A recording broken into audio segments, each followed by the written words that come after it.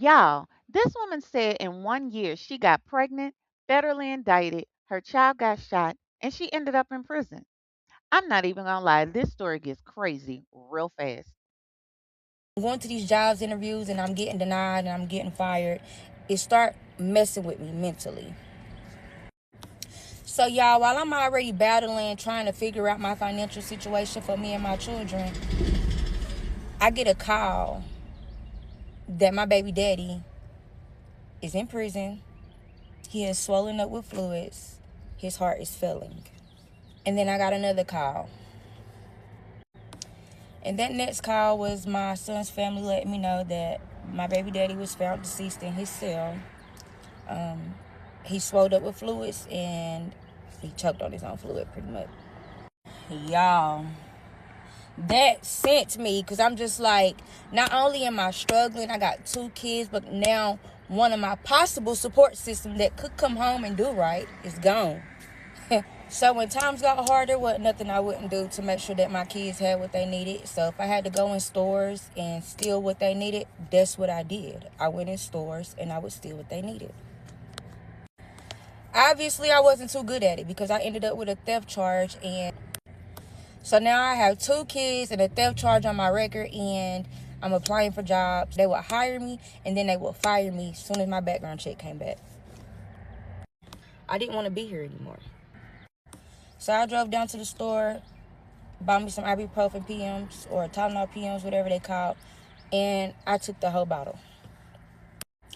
And all I remember is waking up to the fire department breaking my door down and taking me to the hospital. They put me in a mental institute for 72 hours. And in those 72 hours, I told myself, I don't care what I have to do when I get out of here. I got to get some money for my kids. And it was this one time we was sitting on my porch after I got out the hospital and we was just talking and I was venting and I told him, I got to get me some money. So I had this homeboy, y'all. He was an old head. He was from up north and I knew he was getting money. This is where everything starts to spiral, y'all. So my homeboy told me, come up with $150 and call me. I'm going to show you something.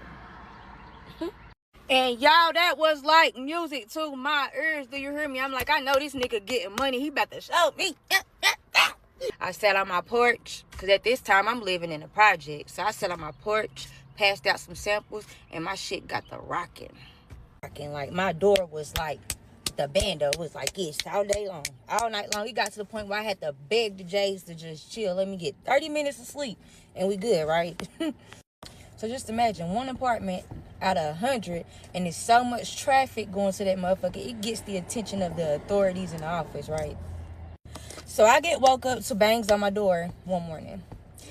And y'all, I'm thinking it's the peoples. They want their little fix, you know what I'm saying? So y'all go to the door and it's the police and it's the office and they are handing me a piece of paper. And on that piece of paper, they're telling me that I'm being evicted due to too much traffic.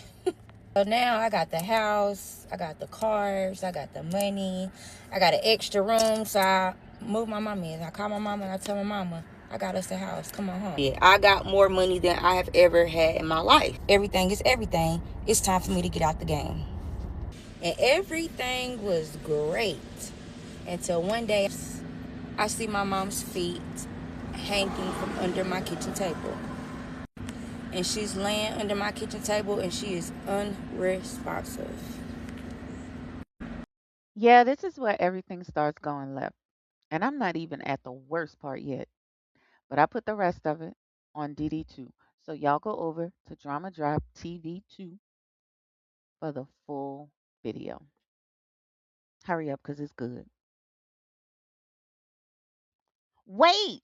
Link to Drop Drama TV 2 in the description. Go, hurry.